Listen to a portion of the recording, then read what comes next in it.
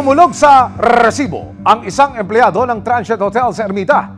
Inirereklamo niya ang kanyang among senior citizen na manyakis daw ang mga resibo ng ginang, mga video kung saan kitang-kita ang panghihipo ng lalaki sa maseselang bahagi ng kanyang katawan. Bawal na bawal po yan. Lagot ka ngayon, Lo!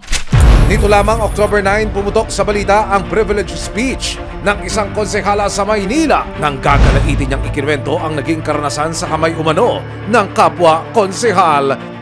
Imbes na maayos na pagkamayan ang mangyari, kinamayan niya ako at dinudot ang aking palad ng ilang beses. Hindi na napigilan ni Councilor Eunice Castro ang pag-iyak sa gitna ng kanyang talumpati. Gusto lang kitang batiin na ang galing mong magsalita. Suminyales ako sa'yo ng high five, binaba ko. Anong ginawa mo? Dinot-dot mo na naman yung kamay ko! Nito lamang Huwebes, nagpaunlak ng panayam sa resibo ang konsehala. Bakay raw niya, hikayatin ang iba pang mga babaeng nakaranas ng pareho manong pambabastos na magsalita at magsumbong. Hindi natin sila maiiwasan, pero sana yung mga katulad nila, katulad nito na tumayo ako, labanan natin sila sa tamang paraan para nababawasan sa ganitong mga pagkakataon. Wala kayong dapat ikahiya. Kung meron man, sila yun. Dapat kayong magsalita, dapat kayong tumayo. Wala kayong kasalanan. At hindi kayo nag-iisa. Sa ngayon, iniimbestigahan na raw ng pamahalaang lungsod ang insidente at hawak na ng Committee on Ethics ang kanyang reklamo. Samantala, humingi ng paumanhin ang nambastos umanong konsehal na si Ryan Ponce. Sinubukan ng resibo na kunin ang kanyang pakayag pero tumanggi na ang opisyal na humarap sa kamera. Makalipas ang 2 araw, October 11, 2025, lumapit sa resibo ang isang empleyado ng isang transient house sa Maynila. Ang pinagdaanan daw ni konsehala hindi nalalayo sa kalbaryong sinapit niya sa kamay ng kanya mismong amo. Ayon kay Marian, hindi niya tuloy na pangalan. Nakaranas daw siya ng pamomolestya mula mismo sa kanyang amo at may-ari ng transient house na si Charito Rosalinas, 63 taong gulang. Ay, ayoko sabi. Bitawan mo ko, sir. Ikinuwento ni Marian sa resibo kung paano nagsimula ang maling pagtingin sa kanya ng kanyang amo. Umaga ng September 27, 2025, itinawag daw ni Marian sa boss niyang si Charito ang sirang kisame ng transient house. Tingnan daw namin yung sirang kwarto doon. Sabi ko, sige po. Tapos pagdating po doon sa kwarto, yung kesame po lang yung sira doon sa kwarto. Makalipas lang daw ang ilang saglit, sinarado raw ni Charito ang pinto at dito na raw nito sinimulan ang pangmomolestya kay Marian. Tapos iniwanan ko na po siya. Nung lalabas na po ako, bigla niya po sinarado yung pinto. Tapos niyakap niya po ako. Tapos hinawakan niya po yung masisilang bahagi ko. Ayoko, buksan mo. Ayoko nga eh.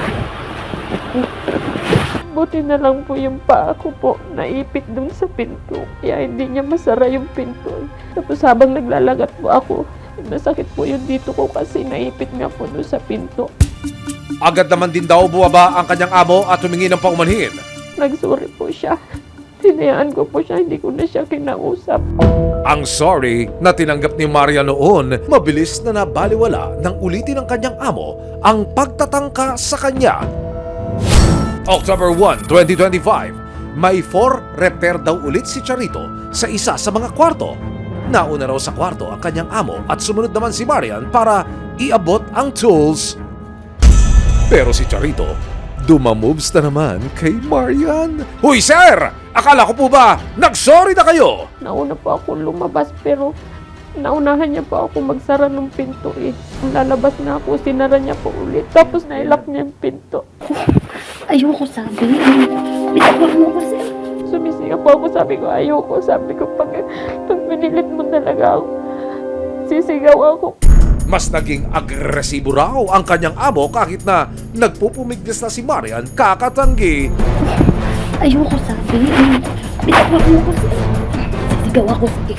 Pag sinabi ko naman po sisigaw ako, mag-iiskandalo ako. Binuksan niya po kaagad yung pinto. Tapos lumabas na po siya. Dahil sa takot na mawalan ng trabaho, hindi raw nakuhang magsumbong ni Marian. Hindi po ako nagkwento sa pamilya ko, pero natatakot ako, sir. Sino naman po maniniwala sa akin? October 13, inilapit na ng resibo ang reklamo ni Marian sa Criminal Investigation and Detection Group, Anti-Organized Crime Unit o CIDG AOCU. Formal na siyang nagsampa ng reklamong sexual harassment laban sa kanyang amo na si Charito. Pero hindi pa rito natatapos ang pag-aksyon ng resibo. Kinabukasan, inilapit din siya ng aming programa sa Manila Social Welfare Development. October 15, 2025 kasama ang City Social Workers at ang anak ni Marian. Nagkasa ang resibo ng rescue operation para mailabas si Marian sa poder ng kanyang amo. Pagdating sa pinagtatrabahuhan ni Marian, kinatok ng mga otoridad ang transient house at may lumabas na lalaking nagpakilalang tauhan daw dito. Inabot niya ang cellphone sa kapitan ng barangay para makausap ang babaeng nagpakilalang asawa ni Charito. Ma'am, pwede pa sa barangay na lang po kayo pumunta. Sige po, ma'am, hintayin namin po kayo sa barangay. Kung gusto niyo po ilabas yun na lang po dito na lang po namin kukunin sa harapan po ng gate. Maya-maya pa, lumabas na rin si Marian na bitbit ang kanyang mga gamit. Dinala muna si Marian sa barangay hall para i-blatter ang pangyayari.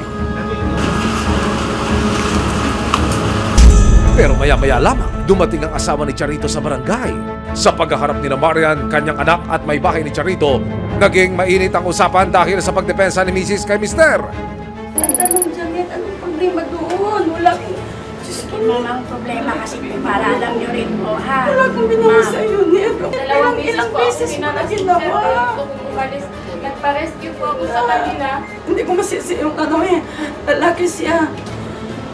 Tapos kailang dalawa palagi dyan. Dapat nag-usap na lang tayo para di hantong ganito. Ano pong gagawin niyo pag nakausap kayo ng mama ko? Kiblay na ko sa pinagagawa nga. Yung Inaharas na nga po yung mama ko, hindi naman po tungkol sa trabaho lang. Butik na po mag-ahasa. Ay kung pinatay pa yung mama ko doon dahil wala siyang kasama. May magagawa po ba yung pag-uusap niyo? Kaya nga po humingi na ng tulong sa kanila eh. Kasi kahit kayo pong babae, wala din po kayo magagawa sa asawa. Ngayon nga po ayaw niyo papuntahin eh. Para makausap yung asawa niyo. Sa gitna ng batuhan ng hinaing, dumating si Charito sa barangay. Walang alinlangan siyang nagbigay sa resibo ng kanyang panig. Nung time na yon, totoo naman yun, hindi ako mag-deny. Pero nung time na yon, ang dalawa kami sa kisame, hindi kami makababa. Hindi ko naman siya ginalaw. Pero ano, action lang yun. Eh siyempre, damit niya hanggang dito lang eh. Na-trigger ako niyan kasi yung pinakita sa amin, ilang borders doon na laki, pinasok niya. Wow, sir! Victim blaming po ba ang peg natin? Sa utos ng barangay at social workers, ibinigay na rin ni Charito ang huling sweldo ni Marian. I-under natin siya sa CIU namin, sa Crisis Intervention Unit, para mabigyan natin ng konting pinansyal na tulong kasi alam natin yung pinanggalingan niya, no? Para meron siyang konting panggastos. October 16, 2025. Formal lang nagsampa ng kasong sexual harassment at attempted rape si Marian. Tayo po ay narito ngayon sa tanggapan ng Anti-Organized Crime Unit ng PNP-CIDG.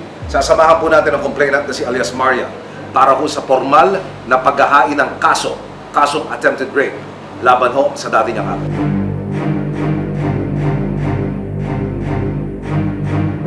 Bilang bahagi po ng paghahain ng kasong attempted rape, kailangan lagdaan ng complainant yung ilan ho sa mga papeles na isusumite sa husgado bilang bahagi ng paghahain ng formal case na attempted rape. Sa kabutihang palad, mga kapuso, si alias Marian po ay nailigtas na mula sa dati niyang amo. Kapiling na po siya ngayon ng kanyang mga kaanak. Bilang alagad ng batas, Colonel, gaano po kahalaga na mag-file ng kaso ang isang biktima gaya po ni alias Marian? Malaking bagay po na mga ganitong mga kaso ay napagtutunan ng pansin upang maging liwanag po sa atin na kailangan managot at kasuhan ang mga taong gumagawa ng ganito sa ating mga kababaihan. Ngayong gumawa na ng hakbang si Marian para mapanagot ang amo na dating kinatatakutan. Laking pasasalamat daw niya na nagkaroon siya ng lakas ng loob na humingi ng tulong. Ano po ang ginawa ninyo sa loob? Ano yung mga gabay? Kung meron ba kayo, nagsampa na tayo ng kaso, ano po masasabi ninyo? Sa ngayon po na naisampa na yung kaso, magkakaroon na po ako ng peace of mind. Masaya na po ako. Sobra po ako nagpapasalamat sa programa nyo sa resibo. Sa mga ganitong kaso ng pang-aabuso sa mga kababaihan, marami ang pinipiling manahimik na lamang Pero huwag matakot lumapit at magsumbong sa mga kinaukulan, lalong-lalo na kung may resibo.